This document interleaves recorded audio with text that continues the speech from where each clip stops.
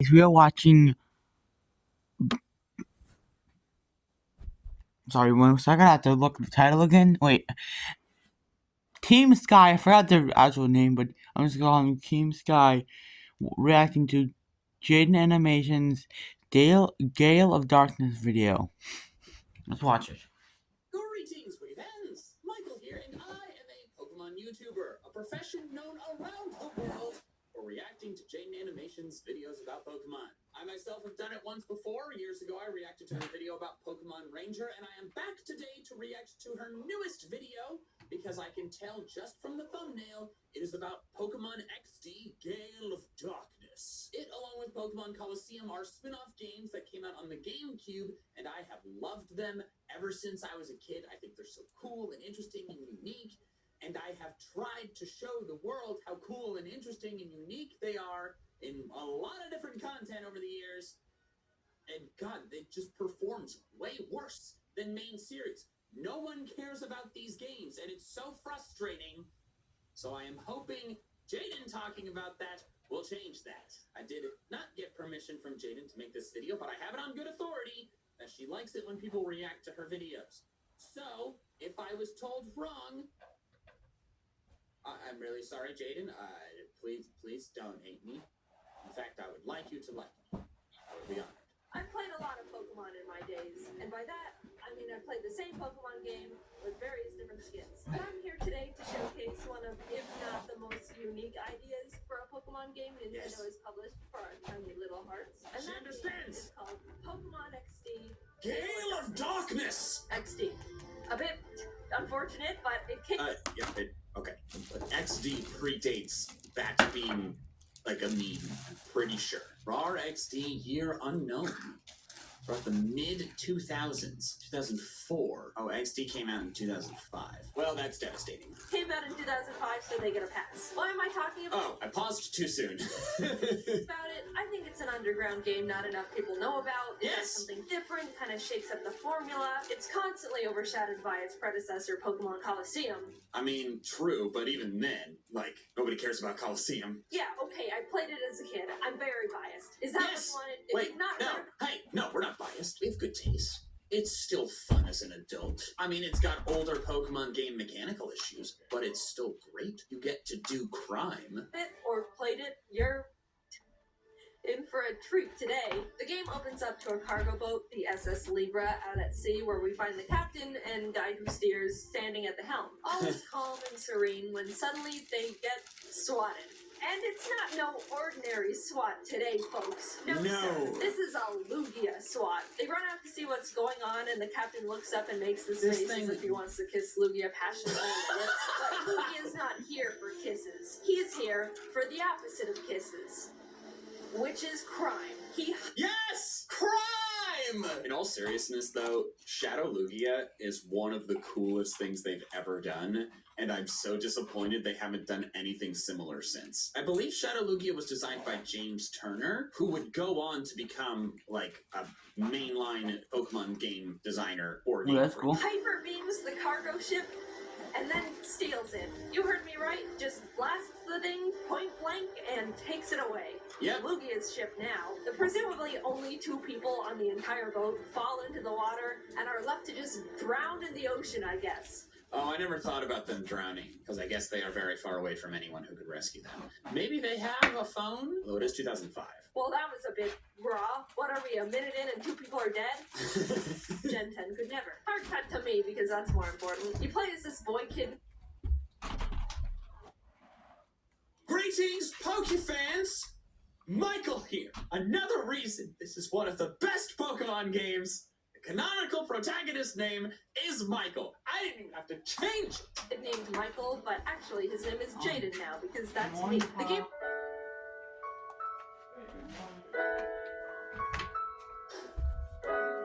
I mean, I get it. Throws you into the middle of this intense-looking fight between the Salamence and Metagross. Oh, the battle sim. I never used this. I don't know where I am, what the stakes are, who I am, but this battle seems really important and tough, so I'm gonna give it my all and immediately Oko it.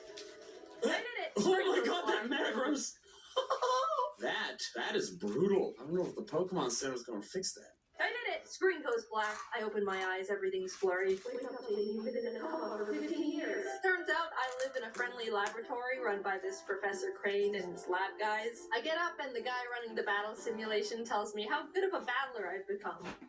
Aw, thanks, man. Then he immediately necks me by telling me it's about time I go out and get myself more Pokemon besides my one lame Eevee. Backhanded compliment at a child, but I'll take it, I think. I go, He's just encouraging you to do your best. You handled a Salamence and a Metagross? Like, that whole thing? You can do better. I believe in you. Also, side note, I always thought it was so cool. Like, what a cool childhood to have, where you just live in a Pokemon lab.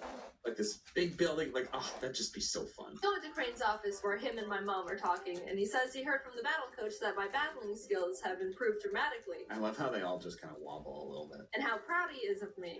To which my own mom tells him to stop giving me compliments and praise because I'm gonna end up spoiled rotten. I don't know what kind of a response that is to a child receiving praise. Either I'm already a cocky little bastard, or I'm being currently emotionally neglected by everyone in this building. Oh, Whatever no. it is, I don't think it's healthy for my mental development. To make this mother look even worse, we realize her only other child, Jovi, is missing and no one is looking for her. The world is only filled with overpowered wild rabbit animals and crazy people. No, I'm sure it's fine you haven't started looking for her. Keep doing what you're doing. I get a lead saying, I remember you do have to go find her in the game. I remember when I was a kid, it took me so long to find her. Like a solid 20 minutes. she really likes hanging out with family friend mad scientist Dr. Kaminko, so I head over to his house and I'm about to knock on his creepy door when this tiny little blind man, Chobin, the doctor's assistant, walks up and is like, "Burglar!" and challenges me to a battle, to which I win because he only has a level 5 sun card. Jovi comes out and it's like, "Oh, hi, big brother, it's Jovi. Did you get lost, big brother? Silly big brother, Jovi won't guide you back home." Oh, yeah. No, okay. You don't find her under the table. Wait, there's definitely... I thought there was a part where you looked for her. You find her under a table? Or maybe I, didn't talk to the right guy. I don't know. I remember the early game taking me way longer than it should have. But clearly I'm a bit fuzzy on the details. Alright, I see why no one was looking for her now. We return home to the lab and they present me with a snag machine. That is so cool. So cool. The Coliseum snag machine was cool, but this one is like, what a cool thing to just wear this full arm machine on one arm. That's like, games are amazing. A machine that allows the user to catch shadow Pokemon, which are Pokemon that have been so abused that they turn evil. Now, they're saying they haven't seen or heard of any shadow Pokemon that exist anymore because they've all been purified years ago, but who knows when they could start popping up again. Better be safe than sorry. Bam! Some guys from a secret organization called Cypher bust into the lab, beat everyone up, steal Professor Crane, show off their shadow Pokemon, and run off to their secret base to never be seen again. Well, I'll be. The lab... God, she is so good with the comedic timing. Oh, there's Jovi on the floor, where she should remain. is in shambles, not knowing what to do, but then decides they're gonna complete their purification chamber in his honor because shadow Pokemon are back and they want to do something about it. They send me off to this seaside town, Gadionport, to retrieve a machine part they need, and Jovi pesters our mom to come with because Jovi doesn't think I can handle going out on my own, and Jovi needs to hold my hand and guide her big brother the whole way. Okay, not only does this little snot talk in the third person for no reason, maybe our mom didn't care enough to get us any education. Perhaps she was worried the teacher would give us a compliment, heaven forbid. But she's also the most annoying character I've ever witnessed in any media. And I've watched an episode of My Hero Academia with a grape kid in it. Because So in Coliseum, you have the character Rui follow you the whole time. So once she arrives, she's following you the entire game because she's who sees the shadow Pokemon. I thought Jovi was going to do the same when I played. I was like, because she does follow you like Rui does for part of the story, and I just assumed, that's going to be the same thing. And thank goodness I was wrong. I will say, though, the character's moped is probably more environmentally friendly than Wes's large single-wheeled hover motorcycle thing with an enormous, piped engine, but Wes's was a cooler vehicle. Gadionport, not 2 seconds pass until Jovi pisses off this random guy, Zook, who happens to be the buffest man in the world. He's about to punch her, and I'm about to do nothing about it, when this old man and his color-coded henchmen step in and obliterate his shadow Zangoose. Old man, I was about to be free of everything that is bad in my life, and you took that away from me. We get the pet back, and Mom tells me about this spot in Agate Village called the Relic Stone where you can naturally purify Pokemon. I don't know why you're making your own purifying chamber then when there's a rock that already does that. I go to Agate, and this very enthusiastic man with a Pikachu shows me the stone, and I'm like, cool. To which he's like, by the way, my friend Vander might know where Cypher took Crane. Oh, okay. I go talk to Vander and he goes to this random spot in the desert on my map and is like, oh, they're right here. I saw them. What were you doing out there? That's literally just sand. Wow, would you look at that? I just lost. Huh. I start A fun fact about the Ore region where this takes place is that it's based on Arizona, so that's why a lot of it is just desert. But the XD map is expanded. It encompasses a larger area than the Coliseum map did. So I'm guessing part of it is supposed to be Southern California, maybe? Anyways, the Shadow Pokemon Lab has really dope music.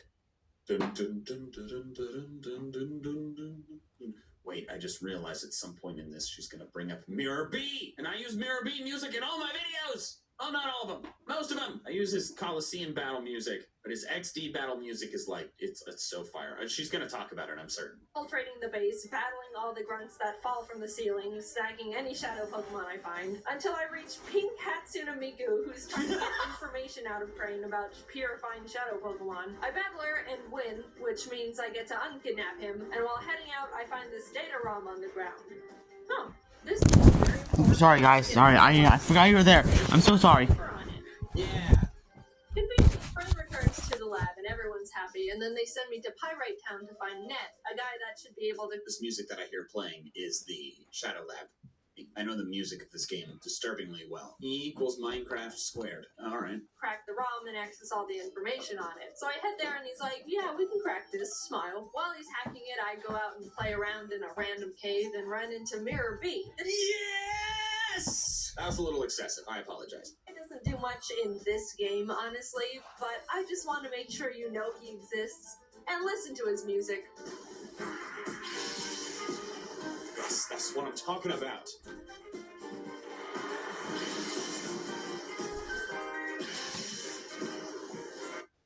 Sorry, guys. I'm just going to get something.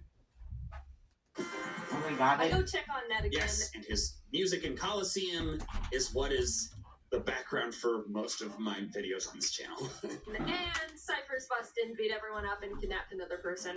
Have you guys min-maxed how to kidnap people or something? You're 2 for 2 at this point, and are scarily efficient at it. They tried a hostage situation, the data ROM back, and even though I beat up this big man and take all his shadow Pokemon, Ned still wusses out and gives the ROM back. He thought he was being 2 steps ahead because he saved all the information on his server already, but Cypher just logs on and deletes everything anyway. Oh, right. I was confused as to where this was happening, and then I'm remembering you have to fight through the whole OMBS building, which was like totally abandoned in Coliseum. One thing that's really cool is XD is one of the few true sequels in Pokemon. It's XD and Black 2 White 2. In regards to like games with the traditional main series mechanics. So it's really cool to go back and see how things have changed in those games. Not just like, oh, here's the same thing, but it's been modernized. It's like, oh, this was an abandoned building, and now it's a news station. That's fun. Says the only thing he remembers from the ROM was that Cypher was behind the disappearance of the SS Libra, and they're about to attack this city nearby called Fennec, and someone needs to go warn them. Yeah. I guess I'm just Mr. Scooter across the desert and save everyone today, aren't I? I head to Fennec to warn the mayor about the attack, and as soon as I arrive, this lady hits me with a confetti cannon, congratulates me on being the 1,000,000th visitor to the city, and shoos me away to celebrate at Real Gam Tower. I try to get around it. Because there are secrets abounding. Because this is important, but she's determined to gatekeep me no matter what I do. So I just go there and realize she literally sent a child to illegally gamble his life away. Ah, the good old days of Pokemon where there was casinos. Wow! No one in this region likes children, do they? After not being... I mean, it's not a very hospitable region. Able to figure out how to play bingo, I head back, sneak into the mayor's house, distract his house sitter with music, and find out the mayor was trying to write a note to Justy, the city's gym leader, warning him about the cypher attack. I don't know why the mayor was trying to ask this random gym guy to help, but he was kidnapped halfway through writing it, so I guess it doesn't matter. Well, he is the best battler in the city. He's not very good, but he is the best one. Cypher realizes I now know what's up, and everyone in town reveals themselves to be disguised cypher grunts. Oh, I thought that was crazy. oh my god, they kidnapped the entire town. I don't care what kind of organization you're from. If you can successfully kidnap a village, you've earned my respect. I beat up Cypher, rescue their shadow Pokemon. Wait, I wanted to see what her team was. So I don't recall what team I used as a kid. I remember some of the members. Like, I know I used Camerupt and Electrode and Vaporeon. I'm remembering this better than I thought I would. But when I played through on this channel, like, gosh, over 5 years ago now, this team is not the same as mine, but it's close. Jolteon, Walrein, Breloom, Gardevoir, Houndoom, and Zangoose. And then then I swapped in the Shadow Salamence for the final battle. Rescue their shadow Pokemon, and free literally everyone in the town who is locked in the city basement. Justy says he saw something suspicious going on in the desert and points to another random sand. From What just relieving happened? rats to soothing Ad. there's before, Skip. then there's Skip. afterboard. Skip. At 18, You guys don't have to watch this part. I like it watching ads. Focus on what matters most. Although if you're already watching an ad Remember when you told me how to fish? and you have an ad while the ad is playing, then you earn my respect. Nostalgic right now. That's Comment if you have an ad while the ad is happening. That's why if there's a network outage, we'll proactively credit you for a full day's service. That's all part of the AT&T Guarantee, brought to you by America's largest wireless network. For a very limited time at Papa John's, buy any large pizza at regular menu price. Get one large one-topping pizza for free. Sword! Every year, that's the only goal that you have is win the Super Bowl. If we don't win it, it's a failure. As much of a dreamer as Lamar was, I don't think he could have ever imagined this. Superstar athletes, leading men, they're at the top of the mountain. The Cowboys are the greatest team. Why don't we be the world's team? All this pressure. Watch it skip. When you're winning, people Whoops, I paused it. look at you Sorry, guys. And free literally everyone in the town who is locked in the city basement. I'm surprised you didn't mention Snapple? Snaddle. That's his name. Snapple's a T. He has an interesting character design, and I'm pretty sure he uses a cast form. That summons Shadow Sky, like Team Sky.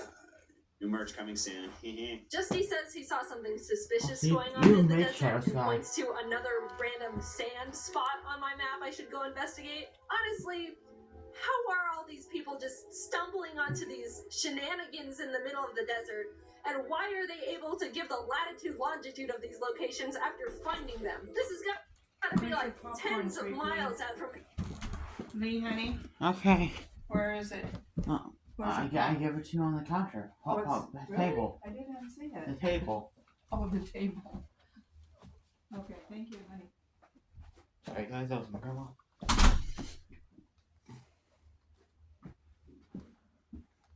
Come on. any sort of civilization. This is where people run out of gas in their car and then shrivel up and die before anyone can find them. Why were you here? Wow. Yep, that's the cargo ship. How did you find this? Alright, what is so enthralling about this desert that crime and vigilante justice is constantly going on in every square inch of this place. Cypher's running around on the ship, and after I take their shadow Pokemon and chase them out, this group of strangers calling themselves Team Snag'em walks up. The bald men. Yeah! Fun fact, in Coliseum, the main character, Wes, was a member of this team, and then blew up their hideout and quit in spectacular fashion. He was the only one who wasn't bald. And roofies me. I wake up, realized they stole my snack machine. This random old man who just started living in the wrecked boat said he saw them head off in that direction and points to the middle of nowhere on my map again. These people are beyond me. I show up and wow, another headquarters for crime. I make my way to the head honcho, Gonzap, who's trying to put on my snack machine, but he's too big and muscular. Oh, I remember Since that. I am a child, it does not fit on his giant muscle arm. He pretty much gives up at The proportion design of the characters in this game, I forget how insane they are. Like, look at Gonzap. That man has skipped leg day from birth. asks if I want to join Team Snag'em. I say yes, but he fights me anyway. And after I beat him, he's like, actually, you can have your arm thing back. We're not enemies. Awesome. So why am I here? You drugged me, stole my stuff, and then just called friendship and gave it back. I find Cypher's Shadow Pokemon Factory and Oh, I remember this thing. It was so cool. walk up to the actual biggest men I've ever seen in the world. How naive I was to think Zook was big. Foolish me. Anyway, they're about to beat me TF up when Gonzap shows up, expresses his devotion to our Does Gonzap have heterochromia? Huh, I never knew that. newly blossoming friendship, and rubies them for me. Thanks, man. You're really consistent at that. I go inside and climb to the roof where their power generator is. There's a tiny little piece of paper there that says, use system lever to adjust voltage. Do not raise voltage too high.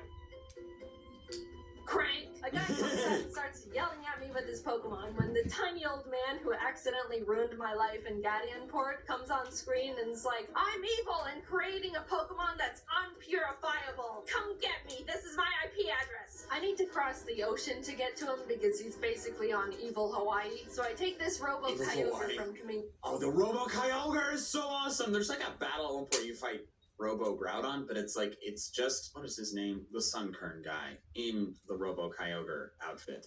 It's kind of dumb, but the Robo Kyogre though, it's like actually a usable vehicle. So Go speedboat my way there and Citadel Isle. fight everyone in the building / volcano until I get to the big little man.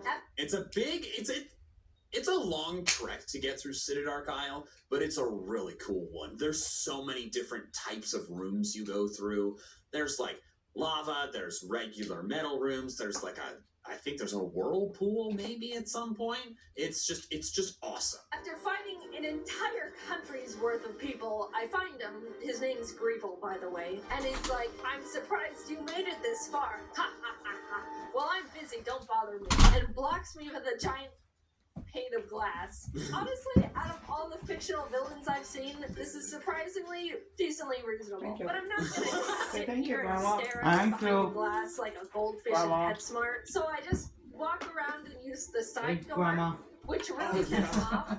I forgot about how either silly that lock the door was. or don't have it. This is just what doors do. Greevil's like, you blew up our Shadow Pokemon factory. You got past my glass. That's it. I'm summoning Shadow Lugia, the first Pokemon to Yeah, ever be so cool. unpurifiable. Come forth and obliterate this small boy. To which I just master ball it. There Really you go. overlooked that one, didn't you, mate? He may not be purifiable, but he's mine now. Huge L. Greevil is so beyond pissed that he decides to open his creepy eyes and fight me himself. And I was surprised to realize not only does he have a team of all Shadow Pokemon, but he somehow nabbed Articuno, Zapdos, and Moltres. I remember, so in Coliseum, no trainer has more than one Shadow Pokemon. This game, they start with just one, but as you advance, they get more. And the fact that the final battle is versus a team of 6 Shadow Pokemon you like want to capture, not just flat out KO, is so cool. I'll be honest, it was a really, really hard fight because Shadow Pokemon are super effective against all non-Shadow Pokemon. I don't know how it took me this long to tell you that, but that's how it works. Yeah, yeah. Also, I just love this face. So instead of trying to catch them all like I've been doing this whole time, I really just beat them up and they ran away. Well, they don't really run away. You do the fight again later. That's how I've done it every time. Is I think I've caught like between 1 and 3, and then I've gotten the rest another time. So I win! Cypher has officially lost everything, and it's all because of me, the little boy. Blue henchman runs up to Greevil and is like, Sir, I have a plan. let's blow up the island with the kid on it. Which is like, oh my god. And My then goodness. Redfin is like, okay, that's a bit too far, man. Dad, let's go home. Yeah, they pulled the I'm your father/son twist on us, but it has very little effect on me because I do not care about these people. Anyway, they decide to not blow up the island with me on it and stop being evil. Oh, just realized Mirror Beast playing again. I think. I'm like 60% sure. And then happy ending, I just go home. So what do you think? It's amazing. It's so good. It's so fun. For some reason, I really liked the game as a kid. I never actually beat it because I didn't know how to get past the gatekeeping woman in Fennec. Glad I figured it out this time. I also wanted to mention how lively the animations are in this game. Sure, some of the Pokemon look god-awful. They gave Houndour human knees that bend forward, but they're all just so expressive and show so much care and personality. It made me pretty sad that current games don't show this much passion, but I guess that's just what makes these games more cherishable. Anyway, Legends Arceus really advanced the modern animations, I would say. The fact that, like, if, like, the angle the Pokemon was sent out at is not right, it'll, like, look down at the Pokemon, and then it'll, like, shift to face it. Or, like, Luxray being in, like, a crouched, like, combat pose when it's, like, in a battle, as opposed to when you just send it out and it's walking. Like, I know there have been some blander animations, but, like, there have been some good ones more recently, but there are some iconic ones in this. Jigglypuff literally deflates. It turns flat. It's amazing. anyway, the game was fun and weird. I liked it. See ya. Hey. Well, that was a great video. I love that Jayden's showing a game that I love. She's showing it more love in addition to me. And also, this is #1 on trending at the time of me watching it. So, that's good. More people are learning about it, and it makes me happy. That's where I'm going to wrap it up for this video. If you somehow aren't subscribed to Jayden, which I find very unlikely, but if you aren't, make sure you subscribe to her and me. And thank you so much for watching. No, wait, no, look.